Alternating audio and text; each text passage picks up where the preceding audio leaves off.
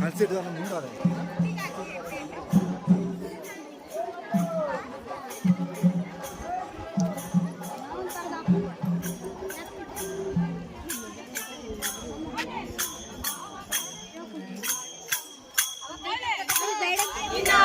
ತಂತಿ ಮಾಡಿ ನುಡಿಸು ಶಾರದಮ್ಮ ಮೀನೆ ತಂತಿ ಮಾಡಿ ನುಡಿಸು ಶಾರದಮ್ಮ ಅಂದ ಎಂತ ಚಂದ ಶಾರದಮ್ಮ ಅಂದ ಎಂತ ಚಂದ ಶಾರದಮ್ಮ ನಿನ್ನ ನೋಡಲೆರಡು ಕಣ್ಣು ನನಗೆ ಶಾರದಮ್ಮ ನಿನ್ನ ನೋಡಲೆರಡು ಕಣ್ಣು ನನಗೆ ಶಾರದಮ್ಮ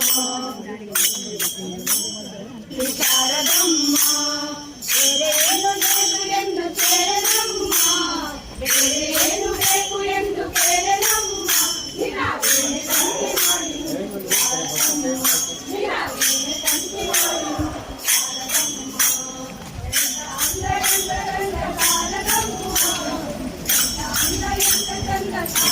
Suai.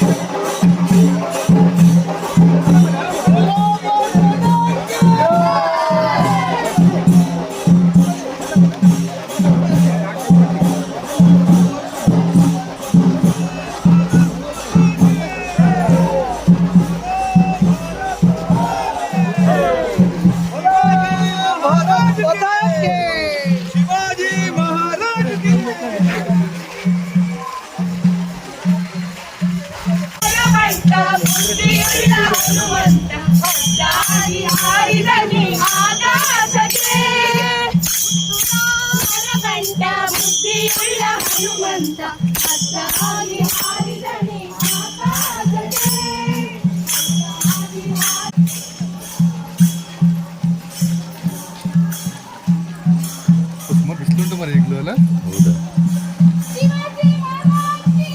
ಜೈ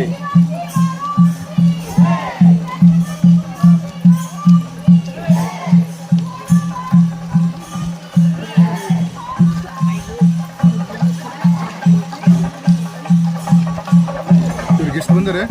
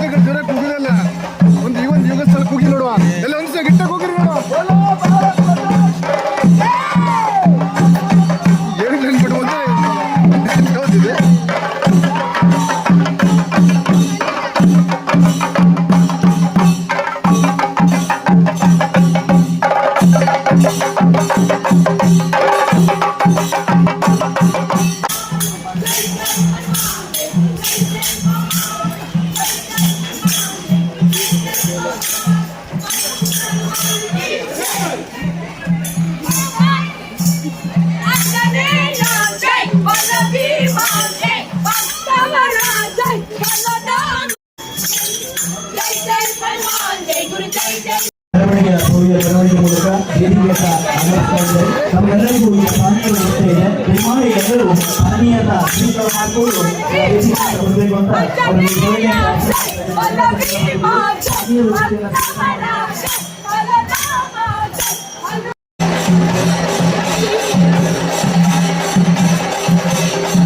ತಾಯಿ ಸನ್ನಿಧಿಯಲ್ಲಿ ಎಲ್ಲರೂ ಬಂದು ಸೇರಿದ್ದೀವಿ.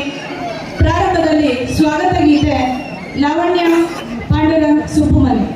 ಜಯತು ಜನನಿ ಜನ್ಮಭೂಮಿ ಪುಣ್ಯಭುವನಂ ಭಾರತಂ ಜಯತು ಜಂಬೂದ್ವೀಪಮಖಿಲಂ ಸುಂದರಂ ಭಾರತಂ ಪುಣ್ಯಭುವನಂ ಭಾರತಂ ಜಯತು ಜನನಿ ಜನ್ಮಭೂಮಿ पुण्यभुवनं भारतं धरित्रियं सर्वधात्री सस्य सुफला शाश्वती रत्नगर्भा कामधेनु कल्पवल्ली भास्वती ವೇಷಭೂಷಣ ಸುದೀರ್ಘ ಗಂಟೆಯ ಶೋಭಾಯಾತ್ರೆಯಲ್ಲಿ ಸ್ವಹಿತಾಸಕ್ತಿಯಿಂದ ಪಾಲ್ಗೊಂಡು ಯಶಸ್ವಿಗೊಳಿಸಿದ್ದೀರಿ. ಇದೊಂದು ಐತಿಹಾಸಿಕ ದಾಖಲೆಯ ಕ್ಷಣ. ಮುಂಡಳ್ಳಿಯ ಊರಿಗೆ ಆಗಮಿಸಿದ ಸರ್ವರಿಗೂ ಸ್ವಾಗತ ಸುಸ್ವಾಗತ. ಕಾರ್ಯಕ್ರಮದ ಸ್ವರೂಪ ಈ ರೀತಿಯಾಗಿ ಜಾತಿ ಪಂಥಗಳ ಭೇದವಿಲ್ಲದೆ ಎಲ್ಲ ಹಿಂದೂ ಬಂಧುಗಳನ್ನು ಒಂದೇ ವೇದಿಕೆಯಡಿ ಸೇರಿಸುವ ಉದ್ದೇಶದಿಂದ ರಾಷ್ಟ್ರೀಯ ಸ್ವಯಂ ಸೇವಕ ಸಂಘವು ತನ್ನ ಶತಾಬ್ದಿ ನಿಮಿತ್ತ ದೇಶಾದ್ಯಂತ ಪ್ರತಿ ಮಂಡಲದಲ್ಲಿ ಹಿಂದೂ ಸಮ್ಮೇಳನವನ್ನು ಸಮಸ್ತ ಹಿಂದೂ ಸಮಾಜದ ಸಹಕಾರದೊಂದಿಗೆ ಸಮಿತಿಯ ಮುಂದಾಳತ್ವದಲ್ಲಿ ಆಯೋಜಿಸುತ್ತಿದ್ದು, ಈ ಪ್ರಯುಕ್ತ ನಮ್ಮ ಮುಂಡೊಳ್ಳಿ ಮಂಡಲದ ಹಿಂದೂ ಸಮ್ಮೇಳನವನ್ನು ಇಂದು ಆಯೋಜಿಸಲಾಗಿದೆ. ಈ ಸಮ್ಮೇಳನದ ಸಭಾ ಕಾರ್ಯಕ್ರಮದಲ್ಲಿ ವೇದಿಕೆ ಮೇಲೆ ಇರುವ ಹಿರಿಯರನ್ನು, ಎಲ್ಲ ಸಮಾಜದ ಗಣ್ಯರನ್ನು ಪರಿಚಯ ಮಾಡಿಕೊಳ್ಳಲು ಬಯಸ್ತೇನೆ.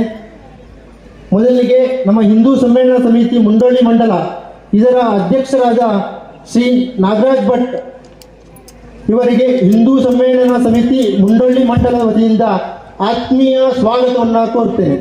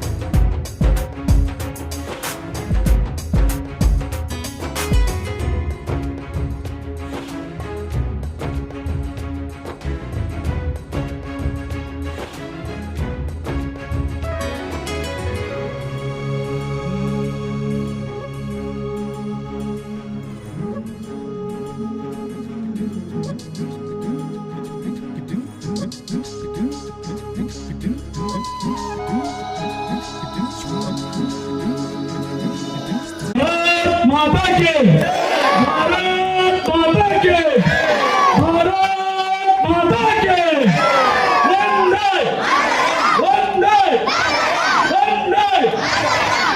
ओम भद्रं कर्णेभिः विश्रृणयाम देवाः भद्रं पश्येमाक्षभिर्यजत्राः स्थिरैरङ्गश्रवाः स्वस्ति नः पूषा विश्ववेदाः स्वस्ति नस्तार्क्ष्यो अरिष्टनेमिः स्वस्ति नाम बृहस्पतिर्दधातु। ओम शांति शांति शांति। ಬನ್ನಿ ಸೋದರರೇ ಬನ್ನಿ ಬಾಂಧವರೇ ಹೃದಯ ಹೃದಯಗಳ ಬೆಸೆಯೋಣ. ಬನ್ನಿ ಸೋದರರೇ ಬನ್ನಿ ಬಾಂಧವರೇ ಹೃದಯ ಹೃದಯಗಳ ಬೆಸೆಯೋಣ. ವಸುಧಾ ಕುಟುಂಬ ರಚಿಸೋಣ ಮೊಳಗರಿ ತಾಯಿಯ ಶೋಗಾನ. ವಸುಧಾ ಕುಟುಂಬ ರಚಿಸೋಣ ಮೊಳಗರಿ ತಾಯಿಯ ಶೋಗಾನ. ಭಾರತಿ ಜಯ ಭಾರತಿ ಭಾರತಿ ಜಯ ಭಾರತಿ ಜಯ ಭಾರತಿ ಜಯ ಭಾರತಿ. ಪರಮೇಶ್ವರ ಆ ದೇವಿಯ ಅಡಿದಾವರುಗಳಲ್ಲಿ ನನ್ನ ನಮಸ್ಕಾರವನ್ನು ಸಮರ್ಪಿಸಿ, ರಾಷ್ಟ್ರೀಯ ಸ್ವಯಂ ಸೇವಕ ಸಂಘದ ಶತಮಾನೋತ್ಸವದ ನಿಮಿತ್ತವಾಗಿ ಇವತ್ತಿನ ದಿವಸ ಮಂಡಳಿ ಮಂಡಲದ ಈ ಧಾರ್ಮಿಕ ಹಿಂದೂ ಸಮ್ಮೇಳನದ ವೇದಿಕೆ ಮೇಲೆ ಆಸೀನರಾಗಿರ್ತಕ್ಕಂಥ ಸಕಲ ಸಮಾಜದ ಎಲ್ಲ ನನ್ನ ಬಾಂಧವರೇ, ತಮಗೆಲ್ಲರಿಗೂ ನನ್ನ ಪ್ರಣಾಮಗಳು. ಈ ಹಿಂದೂ ಸಮಾವೇಶದಲ್ಲಿ ಭಾಗವಹಿಸಿದಂಥ ಎಲ್ಲ ದೇಶಭಕ್ತ ಬಾಂಧವರೇ, ನಿಮಗೆಲ್ಲರಿಗೂ ನನ್ನ ಪ್ರಣಾಮ.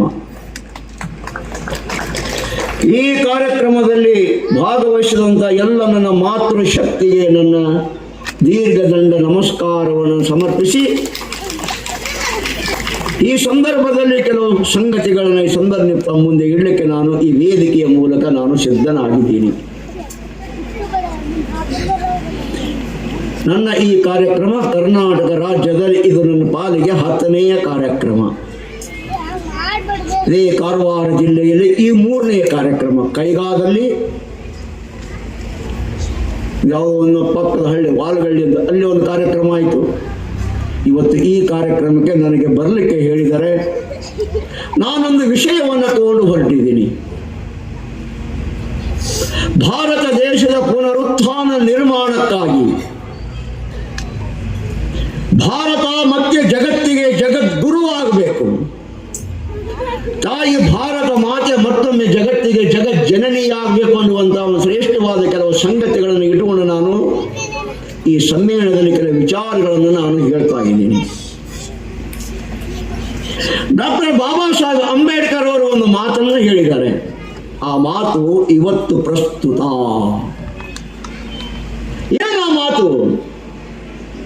ದಲಿತ ನಾಯಕ ಅಂತ ತಿಳ್ಕೊಳ್ಬೇಡಿ, ಅಥವಾ ಹಿಂದುಳಿದ ನಾಯಕ ಅಂತ ತಿಳ್ಕೊಳ್ಬೇಡಿ, ಅಸ್ಪೃಶ್ಯ ವರ್ಗದಲ್ಲಿ ಜನ್ಮ ಕೊಟ್ಟಂತ ಒಬ್ಬ ನಾಯಕ ಅಂತ ತಿಳ್ಕೊಳ್ಬೇಡಿ. ಆ ಮಹಾಪುರುಷ ಒಬ್ಬ ರಾಷ್ಟ್ರೀಯ ನಾಯಕ, ಅವನೊಬ್ಬ ರಾಷ್ಟ್ರೀಯ ನಾಯಕ. ಹಿಂದೂ ಸಮಾಜಕ್ಕೆ ಅಂಟಿದಂತ ರೋಗನ್ನ ತೆಗೆಯುವಂತ ಆತೊಬ್ಬ ಡಾಕ್ಟರ್, ಆತೊಬ್ಬ ವೈದ್ಯ. ಏನ್ ಹೇಳಿದ್ರು ಆ ಮನುಷ್ಯ? ಎಂತ ಪ್ರಖರವಾದ ದೇಶಭಕ್ತಿ ಆ ಮನುಷ್ಯನಲ್ಲಿ ಅಡಗಿತು ಅಂತ ಹೇಳಿದ್ರೆ ಏನ್ ಹೇಳಿದ್ರು? ಯಾರು ಈ ದೇಶದ ನೈಜ ಇತಿಹಾಸವನ್ನು ಅವರು ಅರಿತಿರ್ತಾರೆ, ಯಾರು ಸತ್ಯ ಇತಿಹಾಸವನ್ನ ತಿಳ್ಕೊಂಡಿರ್ತಾರೆ, ಸುಳ್ಳು ಇತಿಹಾಸ ಅಲ್ಲ, ಊಟಾಟಕ ಇತಿಹಾಸ ಅಲ್ಲ, ಹಿಂದೂ ಸಮಾಜದ ಹೇಳಿ ಇತಿಹಾಸ ಅಲ್ಲ, ಸ್ವಾಭಿಮಾನ ಶೂನ್ಯ ಇತಿಹಾಸ ಅಲ್ಲ, ಶೌರ್ಯದ ಇತಿಹಾಸ, ಸಂಘರ್ಷದ ಇತಿಹಾಸ, ಸ್ವಾಭಿಮಾನದ ಇತಿಹಾಸ. ಈ ಇತಿಹಾಸವನ್ನು ಯಾವನು ತಿಳ್ಕೊಂಡಿರ್ತಾನೋ ಅವನು ಭಾರತ ದೇಶದ ಇತಿಹಾಸವನ್ನು ಬದಲಿಸ್ತಾನೆ. ಅವನು ಈ ಭಾರತವನ್ನು ಪರಿವರ್ತನೆ ಮಾಡ್ತಾನೆ. ಅವನು ಈ ಭಾರತವನ್ನ, ಭಾರತ ಮಾತೆಯನ್ನ, ಭಾರತವನ್ನ ಜಗತ್ತಿಗೆ ಜಗದ್ಗುರು ಮಾಡ್ತಾನೆ. ಡಾಕ್ಟರ್ ಬಾಬಾ ಸಾಹೇಬ್ ಅಂಬೇಡ್ಕರ್ ಅವರ ಬಾಯಿಂದ ಬಂದಂತ ಈ ಉದ್ಗಾರ ಇವತ್ತು ಸತ್ಯ ಆಗ್ತಾ ಇದೆ. ಸತ್ತು ಹೋಗ್ತದೆ. ಭಾರತ ಅದು ಬದುಕಬೇಕು, ಅದು ಸ್ಥಿರವಾಗಿರಬೇಕು. ಭಾರತ ಭಾರತವಾಗಿ ಉಳಿಬೇಕು. ಒಂದು ಕಾಲದಲ್ಲಿ ಮೊದಲನೇ ಸಲ ಟ್ರಂಪ್ ಅಧ್ಯಕ್ಷ ಇದ್ದಾಗ ಈ ಮಾತನ್ನ ಹೇಳಿದ್ದ. ಇವತ್ತಿಗೂ ಆ ಮಾತಿದೆ. ಜಗತ್ತಿನ ಜನರಲ್ಲಿ ಭಾರತದ ಬಗ್ಗೆ ಅದೆಷ್ಟು ಗೌರವ ಇದೆ. ಯಾವ ಇಸ್ರೇಲ್ ಇವತ್ತು ಗೆಲ್ತಾ ಇದೆಯಲ್ಲ, ಸುತ್ತಲೂ 11 ರಾಷ್ಟ್ರಗಳು, ಮುಸಲ್ಮಾನ ರಾಷ್ಟ್ರಗಳ ಮಧ್ಯದಲ್ಲಿ ಇರುವಂತಹ ಇಸ್ರೇಲ್ ಇಡೀ ಭಾರತ, ಇಡೀ ದೇಶ ಸುತ್ತಲೂ ಬೇರೆ ಬೇರೆ ಮುಸಲ್ಮಾನ ರಾಷ್ಟ್ರಗಳನ್ನು ಸದೆ ಬಡಿತಾ ಇದೆ. ಯಾಕೆ? ಏನು ಕಾರಣ? ಏನು ಹೇಳ್ತಾರೆ? ಇಸ್ರೇಲಿನ ಜನ ಹೇಳ್ತಾರೆ, ನಾವೇನಾದರೂ 11 ಇಸ್ಲಾಮಿನ ರಾಷ್ಟ್ರಗಳ ಜೊತೆ ಹೋರಾಡಿ ನಾವೇನಾದರೂ ನಾವು ಗಟ್ಟಿಯಾಗಿದ್ದೇವೆ ಅಂತ ಕಾರಣ ಭಾರತ ದೇಶದಲ್ಲಿ ಹುಟ್ಟಿದಂಥ ಒಬ್ಬ ಮಹಾಪುರುಷ ಛತ್ರಪತಿ ಶಿವಾಜಿ ಮಹಾರಾಜರ ಯುದ್ಧದ ಕಲೆ. ಒಂದೇ ಮಾತರದೊಂದಿಗೆ ಕಾರ್ಯಕ್ರಮ ಮುಕ್ತಾಯವಾಗಿದೆ. ಏನು ಮಾತಾಡಲಿಕ್ಕೆ ಬಯಸುವುದಿಲ್ಲ. ಯಾಕೆಂತ ಹೇಳಿದ್ರೆ ಪ್ರತಿಯೊಬ್ಬ ಮನುಷ್ಯರು ಸಹ ಹಾಗೆ ಈಗ ಬಹಳಷ್ಟು ವಿಷಯವನ್ನು ತಿಳ್ಕೊಂಡಿರುತ್ತಾನೆ. ಹೇಗೆ ಅಂತ ಹೇಳಿದ್ರೆ ನಮ್ಮ ಮುಂಡಳ್ಳಿ ಎಂಬುದು ಒಂದು ಸ್ವಾತಂತ್ರ್ಯ ಹೋರಾಟಗಾರರು ಇದ್ದ ಹಾಗೆ. ಯಾಕೆಂತ ಹೇಳಿದ್ರೆ ನನ್ನ ಒಂದು ಅನುಭವದ ಮಾತುಗಳನ್ನು ಹೇಳ್ತಾ ಇದ್ದೇನೆ. 92ನೇ ಇಸ್ವಿಯಲ್ಲಿ ಭಟ್ಕಳದಲ್ಲಿ ಗಲಾಟೆಯಾದಂಥ ಸಮಯ. ಆ ಸಮಯದಲ್ಲಿ ನಮ್ಮ ಹಿಂದೂಗಳು ಎಷ್ಟೋ ಜನ, ನಮ್ಮ ಒಂದು ಮುಂಡಳಿಯ ತುಂಬ ಜನಗಳು ಆ ಅನ್ಯ ಧರ್ಮೀಯರ ಇದಕ್ಕೆ ಜೀವವನ್ನು ಕೊಟ್ಟರು. ಆ ಸಮಯದಲ್ಲಿ ಪ್ರತಿಯೊಬ್ಬ ಮನೆಯಲ್ಲೂ ಸಹ ಹೋಗಿ ಭೇಟಿಯಾಗಿ ಹಿಂದೂಗಳು ಒಂದು ಹೋರಾಟವನ್ನು ಮಾಡಿ ನಮ್ಮ ಎಷ್ಟೋ ಜನರ ಜೀವನವನ್ನು ಬದುಕಿಸಿದ್ದಾರೆ. ಅಂಥವರನ್ನು ಈ ಸಮಯದಲ್ಲಿ ನಾವು ಸ್ಮರಿಸಿಕೊಳ್ಬೇಕು. ಯಾಕೆಂತ ಹೇಳಿದ್ರೆ ಇದು ಒಂದು ಛತ್ರಪತಿ ಶಿವಾಜಿಯ ಹೋರಾಟಗಳಿಂದಲೇ ಗೆದ್ದಂಥ ಒಂದು ಊರು. ಹಾಗಾಗಿ ಹಿಂದೆ ನರಕಾಸುರ ಮತ್ತು ರಾಕ್ಷಸರಿಗೆ ಯುದ್ಧವಾದಂಥ ಸಮಯದಲ್ಲಿ ರಾಕ್ಷಸರಿಂದ ಹಿಂದೂಗಳು ಹಬ್ಬಗಳನ್ನು ಆಚರಣೆ ಮಾಡಲಿಕ್ಕೆ ಕಷ್ಟವನ್ನು ಪಡ್ತಾ ಇದ್ರು. ಒಂದು ದೀಪ ಹಚ್ಚಲಿಕ್ಕೂ ಕಷ್ಟವನ್ನು ಪಡ್ತಾ ಇದ್ರಂತೆ. ಅವಾಗ ಆ ನರಕಾಸುರ ರಾಕ್ಷಸರನ್ನೆಲ್ಲ ಸಂಹಾರ ಮಾಡಿ ಮನೆಯಲ್ಲೂ ದೀಪವನ್ನು ಬೆಳೆಸಿದ್ದಾನೆ ಶ್ರೀಕೃಷ್ಣ ಪರಮಾತ್ಮ. ಹಾಗೆ 500 ವರ್ಷಗಳಿಂದ ನಮ್ಮ ಒಂದು ಅಯೋಧ್ಯೆಯ ಶ್ರೀರಾಮದೇವರ ಈ ಒಂದು ದೇವಸ್ಥಾನವು ಹಾಗೆ ಸಾವಿರಾರು ಜನಗಳ ಹೋರಾಟದ ಫಲ. ರಕ್ತಬಲ ಇರುವ ತನಕವೂ ನಮ್ಮ ಹಿಂದೂಗಳು ಹೋರಾಟವನ್ನು ಮಾಡಿದ್ರು. ರಕ್ತಬಲ ಇಲ್ಲದೇ ಇದ್ದವಗಳು ಮನೆಯಲ್ಲಿ ಕೂತಿ ಆ ಮಕ್ಕಳಿಗೆ ಆ ಶ್ರೀರಾಮನ ದೇವಸ್ಥಾನಗಳಾಗಬೇಕು ಎಂಬ ಹೋರಾಟದ ಒಂದು ಸಂಕೇತವಾಗಿ ಮಕ್ಕಳನ್ನ ಶ್ರೀರಾಮ ಅಂತೇಳಿ ಹೆಸರಿಡುವುದರ ಮೂಲಕವಾಗಿ ನಾವು ಇನ್ನೂ ಹೋರಾಟ ಮಾಡಲಿಕ್ಕೆ ಬೇಕಾಗಿದೆ ಅಂತ ಹೇಳುವಂಥ ಒಂದು ಹೆಸರನ್ನು ಇಟ್ಟಿದ್ದಾರೆ. ಅಷ್ಟೇ ಅಲ್ಲದೆ ರಾಮ, ಲಕ್ಷ್ಮಣ, ಭರತ, ಶತ್ರುಘ್ನ ಎಂಬಂಥ ಬಹಳಷ್ಟು ಹೆಸರುಗಳನ್ನು ಇಟ್ಟು ನಮ್ಮ ದೇಶದ ಹಿಂದೂ ಸಂಸ್ಕೃತಿಗಳನ್ನು ರಕ್ಷಣೆ ಮಾಡಿದ್ದಾರೆ.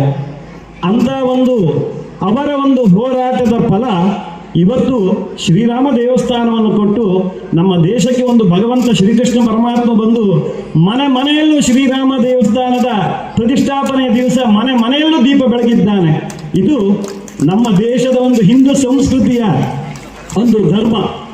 ಯಾಕೆಂತ ಹೇಳಿದ್ರೆ ಇಂಥ ಒಂದು ದೇಶದ ಒಂದು ಪ್ರಧಾನಿಯನ್ನು ನಾವು ಪಡಿತೇವೆ ಅಂತ ಹೇಳಿದ್ರೆ ಅದು ದೇಶದ ಪ್ರಧಾನಿ ಅಲ್ಲ, ಆ ಭಗವಂತನ ಒಂದು ಅವತಾರ ಅಂತ ಹೇಳಿ ನಾವು ತಿಳಿತೇವೆ.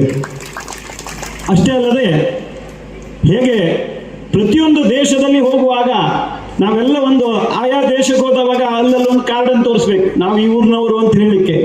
ಆದರೆ ನಮ್ಮ ಹಿಂದೂ ಧರ್ಮ ಸಂಸ್ಕೃತಿ ಹಾಗಲ್ಲ. ಎಲ್ಲರೂ ಬರಲಿ, ಸರ್ವೇ ಜನ ಸುಖಿನೋ ಭವಂತು. ಯಾರಿಗೂ ಆಧಾರ್ ಕಾರ್ಡ್ ಇಲ್ದಿದ್ರು ಅಡ್ಡಿಲ್ಲ, ಏನು ಇಲ್ದಿದ್ರು ಅಡ್ಡಿಲ್ಲ, ಬನ್ನಿಯಪ್ಪ ನಮ್ಮೊಟ್ಟಿಗಿರಿ ಅಂತೇಳಿ. ಹಾಗೆ ಮಾಡಿದ್ದು ಇವತ್ತು ಅದನ್ನು ತಪ್ಪು ಅಂತೇಳಿ ನಾವು ಭಾವಿಸ್ತಾ ಇದ್ದೇವೆ. ಯಾಕೆಂತ ಹೇಳಿದ್ರೆ ಇವತ್ತಿನ ಈ ನಮ್ಮ ಮನೆಯ ಮಕ್ಕಳನ್ನ ಅನ್ಯ ಧರ್ಮದಿಂದ ಕಾಪಾಡಿಕೊಳ್ಳುವಂಥ ಕಷ್ಟ ಸ್ಥಿತಿ ಈಗ ಬಂದಿದೆ ನಮಗೆ. ಹಾಗಾಗಿ ಇನ್ನೂ ನಾವು ಜಾಗೃತರಾಗದೇ ಇದ್ದರೆ ನಾವು ಇನ್ನು ಮುಂದಿನ ಮಕ್ಕಳಿಗೆ ತುಂಬ ಕಷ್ಟವಾದಂಥ ಸ್ಥಿತಿ.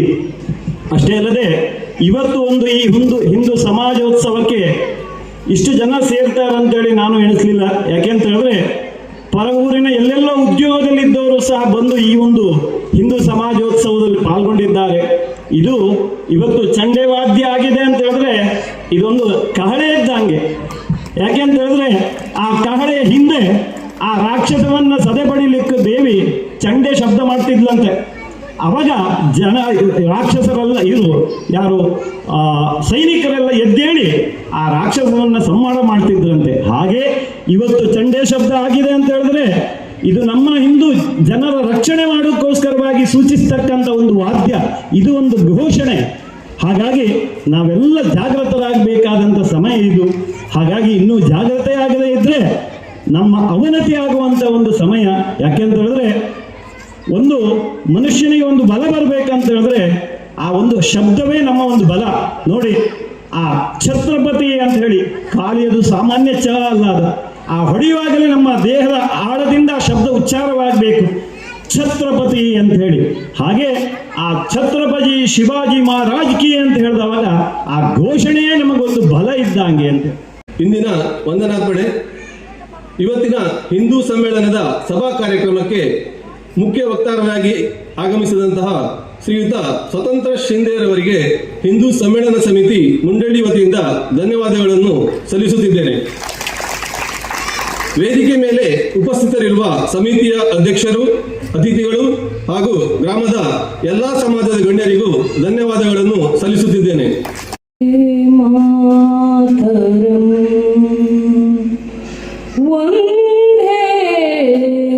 ಮಾತರಂ ಸುಜಲಾಂ ಸುಫಲಾಂ ಮಲಯಜ ಶೀತಲಾಂ ಸಸ್ಯ ಶ್ಯಾಮಲಾಂ ಮಾತರಂ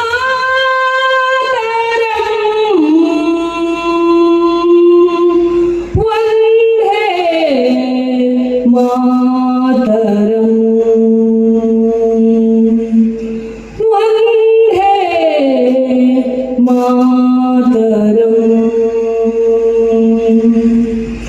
ಶುಭ್ರಾ ಜ್ಯೋತ್ಸ್ನಾ ಪುಲಕಿತಯಾಮಿನೀ